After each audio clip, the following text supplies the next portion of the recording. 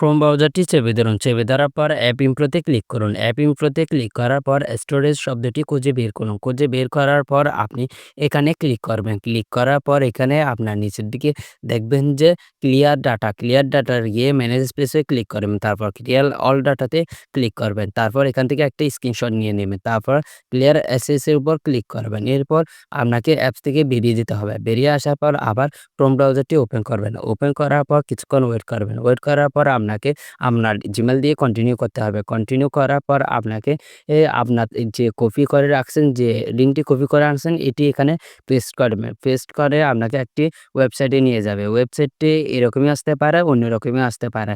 তো আপনাকে এই ফর্মটি ফিল আপ করতে হবে। ফিল আপ করার পর একটি স্ক্রিনশট নিয়ে দেবেন। নিচের দাঁতটি ক্লিক করে দিবেন। তারপর এখানে জয়েন নাও কিংবা সাইন ইন থাকবে। এখানের উপর ক্লিক করবেন। ক্লিক করার পর আপনার এগুলো ক্রস করে দিবেন। ক্রস করার পর আপনাকে প্রোফাইল অপশনে চলে যেতে হবে। প্রোফাইল অপশনে গিয়ে আবার সেখান থেকে একটি স্ক্রিনশট নিয়ে নিবেন। স্ক্রিনশট নিয়ে এম নিয়ে ওইখানে জমা দিয়ে দিবেন। আপনাদের মোট হচ্ছে ৩ টি স্ক্রিনশট নিতে হবে।